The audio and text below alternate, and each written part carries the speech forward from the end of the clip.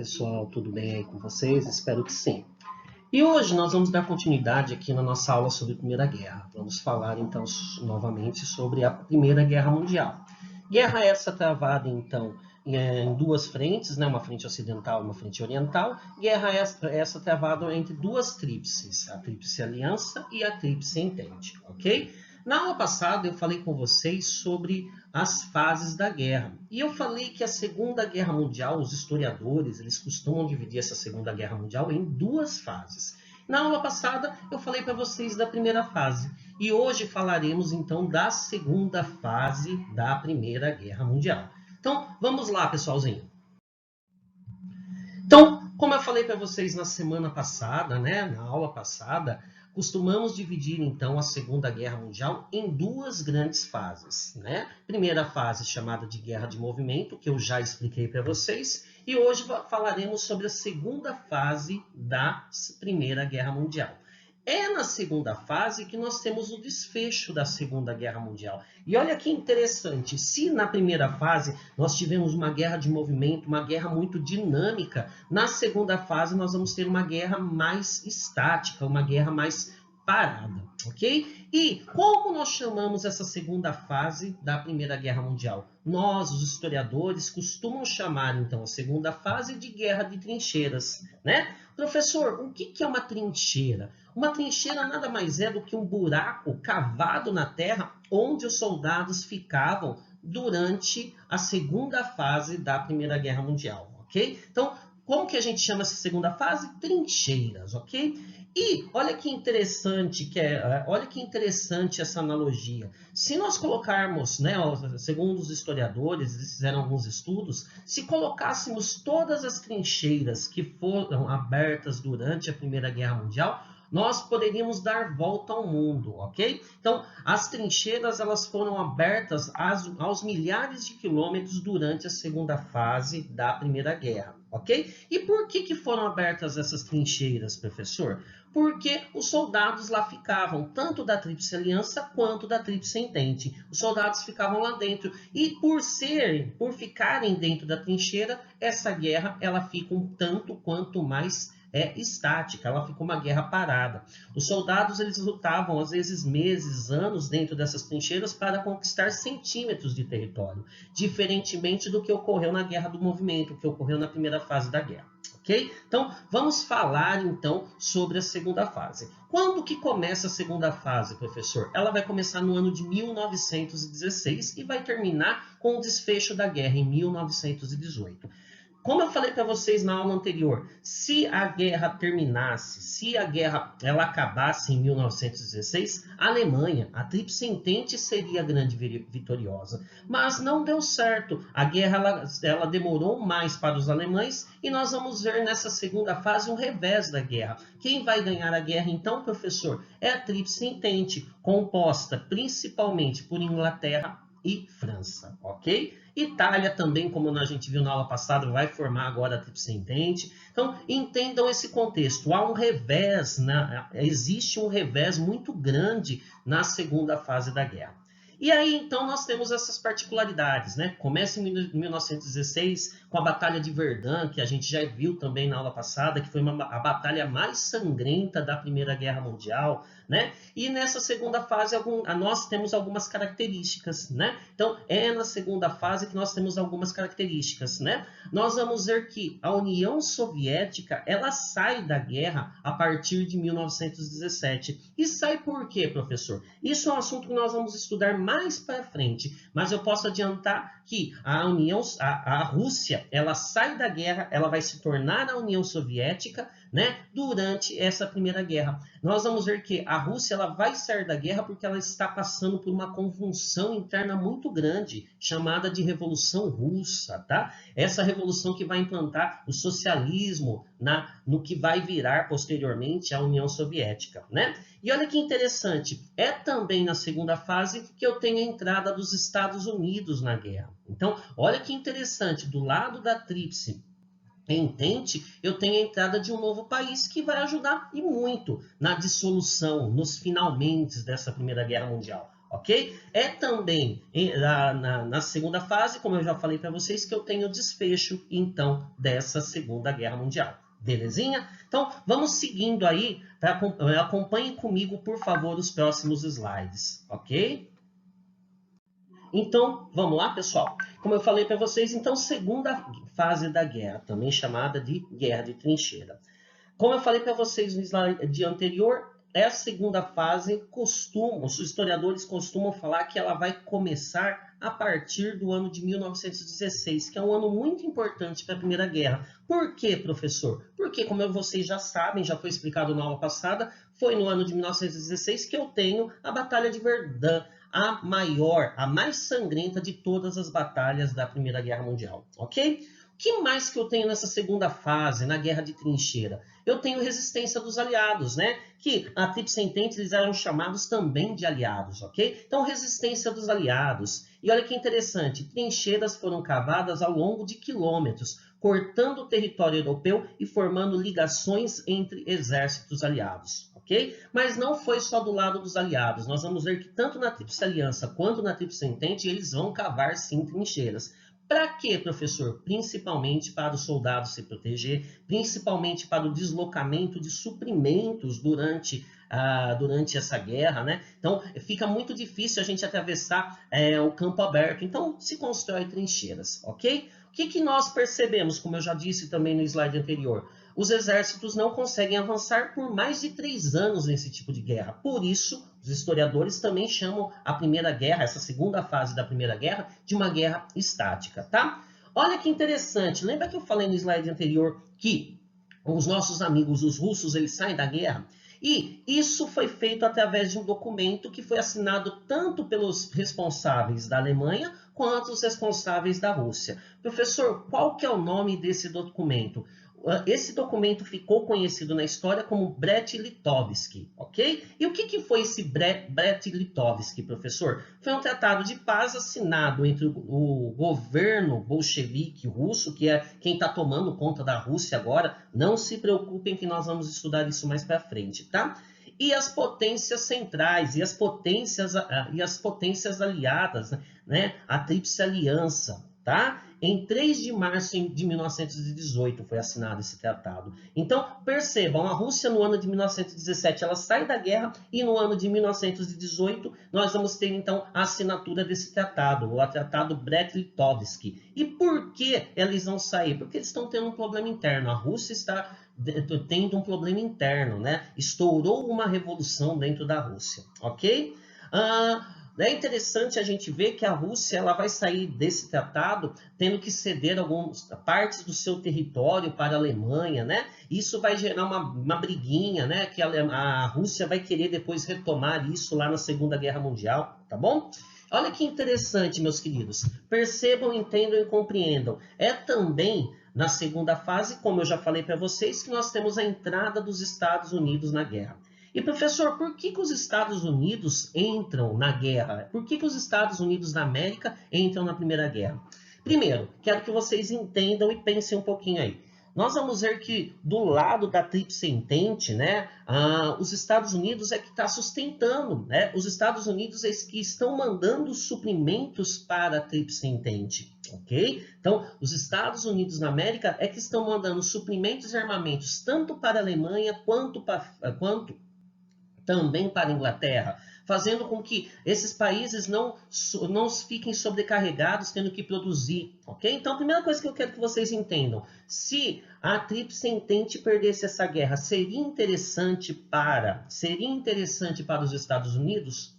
Não. E por que não, professor? Não seria interessante, meus queridos, porque se a Tríplice Entente perdesse essa guerra, os Estados Unidos ficariam no prejuízo. Então, essa é a primeira coisa que eu quero que vocês entendam e compreendam, ok? E a segunda coisa, por que os Estados Unidos da América entram na guerra? Os Estados Unidos da América vão entrar na guerra exatamente porque a Inglaterra ela vai decifrar um telegrama que a Alemanha teria mandado para o México. A Alemanha teria mandado para o México. Mas, professor, por que a Alemanha teria mandado um telegrama para o México?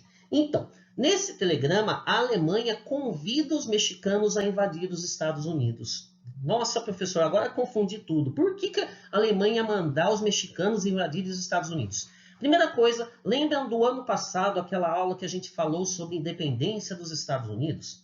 Na independência dos Estados Unidos, nós percebemos que o México foi subtraído de grande parte do seu território, né? Os americanos compraram uma parte do território, como que afanharam uma parte do território mexicano, e os mexicanos não gostaram disso. É a primeira coisa que eu quero que vocês entendam, né? E a segunda coisa, o que a Alemanha tem a ver com os mexicanos? Nada, só que a Alemanha percebeu que tanto a França quanto a Inglaterra, elas sempre estavam abastecidas. Então, se eu coloco o México para lutar contra os Estados Unidos, o que acaba acontecendo? Os Estados Unidos vão se desinteressar pela guerra. Então, os alemães pensavam, a gente coloca o México na parada e o que acaba acontecendo? Os Estados Unidos não vão mais se intrometer aqui na Europa. Mas, como eu disse para vocês, esse telegrama foi interceptado pela Inglaterra, que acabou mandando para os Estados Unidos. Resultado de tudo isso? O resultado de tudo isso é que nós vamos perceber que os Estados Unidos entram na guerra. E olha que interessante a gente fazer essa analogia. A Rússia sai. A Rússia que estava totalmente devastada por essa guerra, ok? Mas os Estados Unidos entram. Então, o que vai fazer a entrada dos Estados Unidos nessa primeira guerra? Vai dar um fôlego novo para as tropas da Tríplice Entente. Ok? Então vai dar um fogo novo, vai dar um novo vigor para essa guerra. E com esse novo vigor para essa guerra, a Tríplice Entente então acaba ganhando então a Primeira Guerra Mundial. É também na segunda fase que nós percebemos o quê? É também na segunda fase que a gente percebe que o Brasil vai na guerra, né? E professor, por que o Brasil vai na guerra? O Brasil vai na guerra primeiro porque os Estados Unidos como que manda aqui na América, e os Estados Unidos entrando na guerra, eles vão entrar, né? E segundo, um navio brasileiro acabou sendo torpedeado por um navio alemão, ok? Então, percebam, o Brasil ele vai se meter nessa guerra. E qual que é o papel do Brasil nessa guerra, professor? Então, isso a gente vai ver daqui a pouquinho. Acompanha comigo aí. Aqui para vocês, bem bonitinho, então tá o escrito, tá o que a Inglaterra desvendou naquele telegrama, né? Telegrama Zimmermann, né? Então, aqui, depois vocês leiam com calma aí. Então, tudo isso foi que a Inglaterra acabou decifrando, né?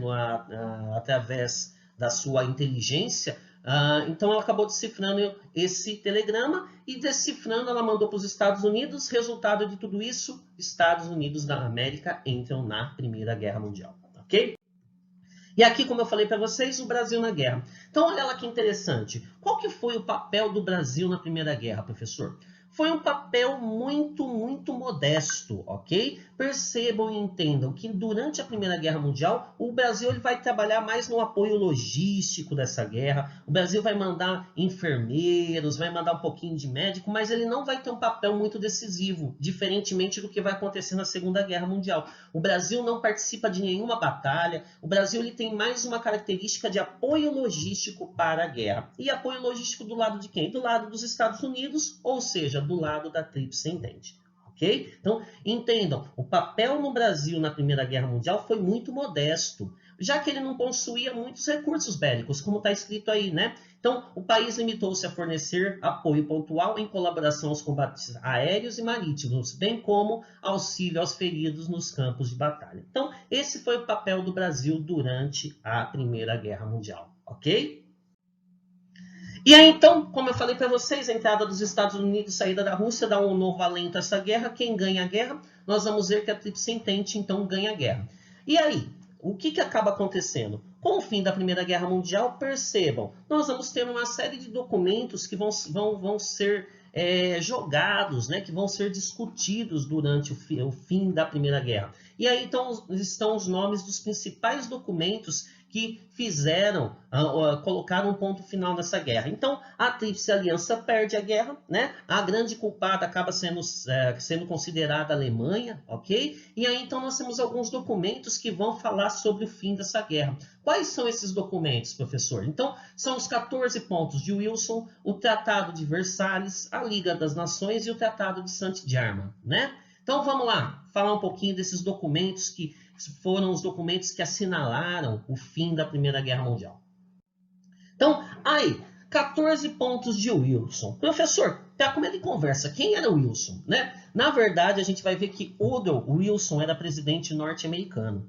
E depois do fim da guerra, esse presidente norte-americano ele vai propor 14 pontos tentando garantir a paz sem vencedores e sem humilhações. Então, o que foram os 14 pontos de Wilson? Foi uma tentativa do presidente Woodrow Wilson, que é o presidente dos Estados Unidos da América, em tentar promover a paz depois do fim da guerra. Né? Então, foi uma tentativa de tentar promover a paz depois do fim da guerra, e uma paz sem vencedores e sem humilhações. Resultado disso tudo, nós vamos ver que esse documento não vai ser aceito. Aí para vocês estão os 14 pontos, eles estão todos delineados. Eu peço para vocês que depois leiam com calma, ok? Mas foi uma tentativa, então, de garantir a paz sem vencedores e sem humilhações. Resultado disso, nós vamos ver que os outros vencedores da Primeira Guerra Mundial não gostaram disso e como que engavetaram essa proposta do nosso amigo Wilson, ok? Então, foi proposto, mas não foi aceito. Foi proposto, mas não foi aceito. Então, é isso que foram os 14 pontos de Wilson. Uma tentativa de garantir a paz sem vencedores e sem humilhações. Então, professor, já que os 14 pontos de Wilson não foi aceito, o que foi aceito depois do final da Primeira Guerra Mundial? Percebam, Inglaterra e França elas estão pé da vida com a Alemanha. Então, elas vão fazer com que a Alemanha assine um documento chamado de Tratado de Versalhes, ok? E o que foi o Tratado de Versalhes? Foi um acordo de paz selado entre as potências vencedoras da Primeira Guerra Mundial e a Alemanha derrotada. Como eu falei para vocês, a Alemanha foi considerada a grande culpada da Primeira Guerra Mundial.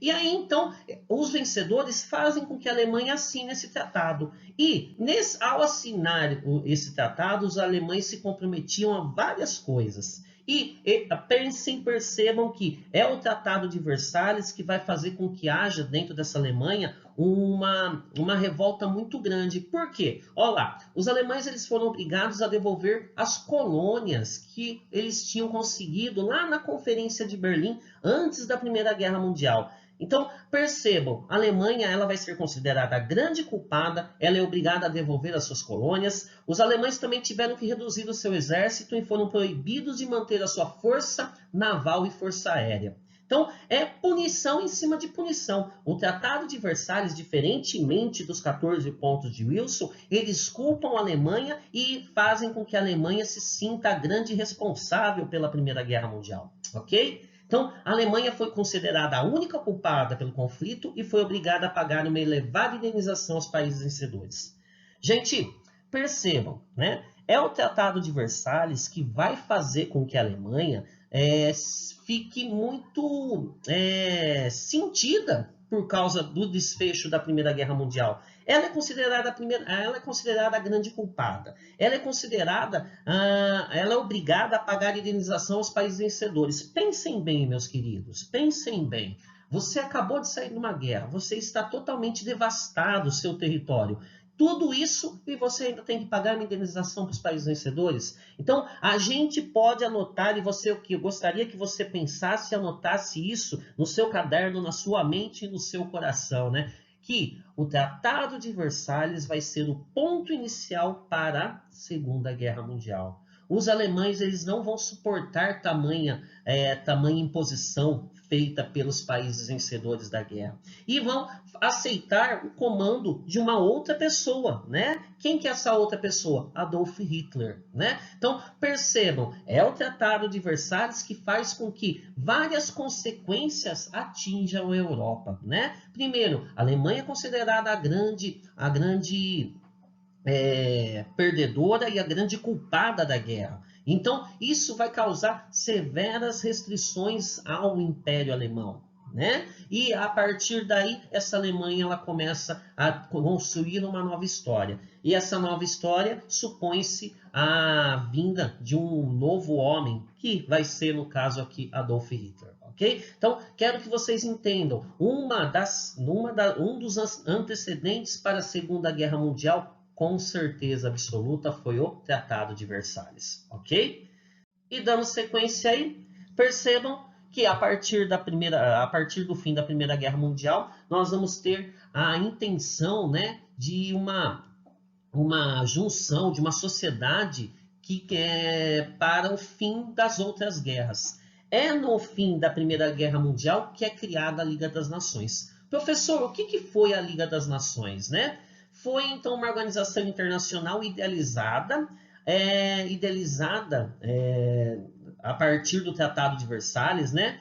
Idealizada para que se colocasse um fim a todas as guerras posteriores à primeira, ok? Um dos pontos do amplo tratado referiu-se à criação de uma organização internacional cujo papel seria o de assegurar a paz no mundo. Então, a Liga das Nações, ela foi uma organização que tinha como intuito assegurar a paz do mundo. Percebam que a Liga das Nações não vai dar muito certo, né? Principalmente porque a Alemanha e Estados Unidos não entram nessa Liga das Nações. Então, percebam que os principais focos da Segunda Guerra Mundial, elas não querem entrar na Liga das Nações. Então, a Liga das Nações foi uma grande falha, né? Ela não conseguiu atingir o seu objetivo. Ok? Então, Liga das Nações foi uma tentativa de assegurar a paz através de uma sociedade composta por várias nações. Resultado das Ligas das Nações não deu certo. Ok? E por último, o último documento que coloca um fim na Primeira Guerra Mundial é o Tratado de Saint-Germain. Lembra que eu falei para vocês durante o começo das nossas aulas, eu mostrei um mapa da Europa antes da eclosão da Primeira Guerra e falei para vocês que a Europa, ela era considerada uma Europa formada por vários impérios. Nós tínhamos o Império Russo, o Império Alemão, Áustrio-Húngaro, então vários e vários impérios. É o Tratado de Saint-Germain,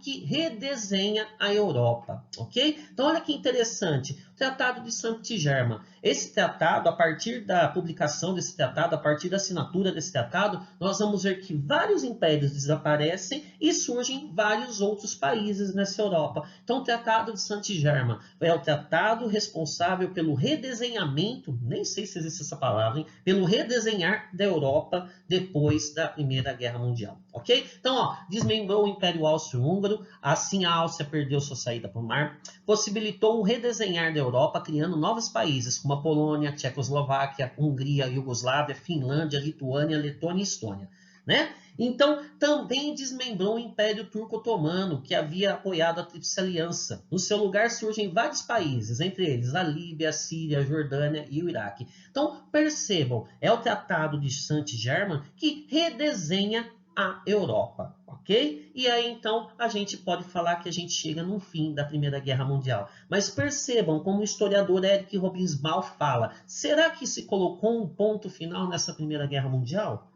Né? Será que todos esses pontos que ficaram ainda em haver não vão criar mais problema no futuro? Então, pensem com vocês. E por último aí está o mapa da Europa depois do fim da Primeira Guerra Mundial. Na aula passada eu mostrei para vocês o antes e agora eu termino essa aula de hoje com o mapa da Europa depois do fim da Primeira Guerra Mundial. Percebam-se que houve um redesenhar muito grande dessa Europa. Antes a Europa era composta por impérios. Depois do fim da Primeira Guerra, o fim dos impérios, como Eric Hobsbawm gosta de falar. Ok? Espero que tenham gostado, espero que tenham entendido. É sempre um prazer dar essa aula para vocês. Beijo, gente. Tchau, tchau.